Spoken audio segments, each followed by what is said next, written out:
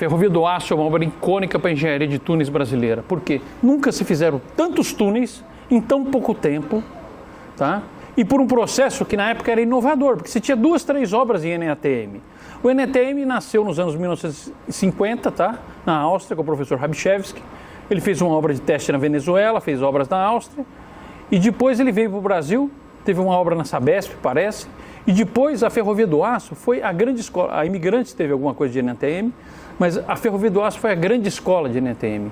Ali eles puderam provar o NATM em diversos substratos. Por quê?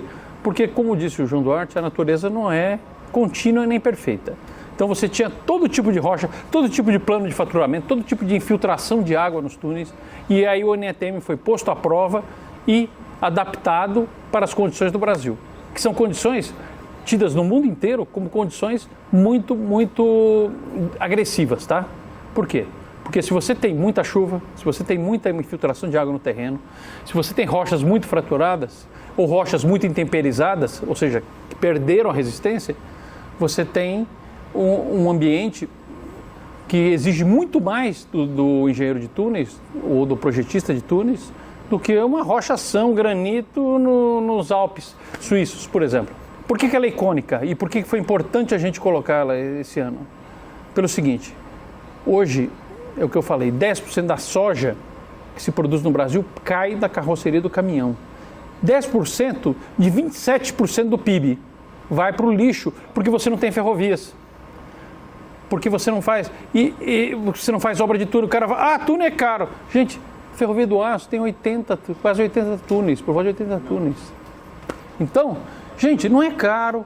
O caro, o que é? Você jogar fora 10% de 26% do seu PIB, que é 2,6% do PIB do Brasil. É muito dinheiro jogado fora.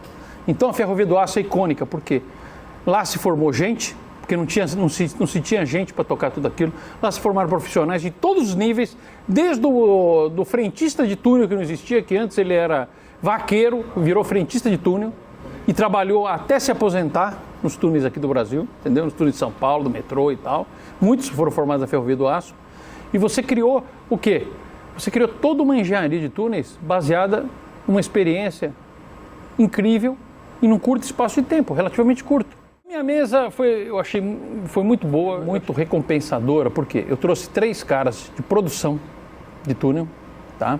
Produção e geotecnia, que é o George, né? Um cara que manja muito de geotecnia.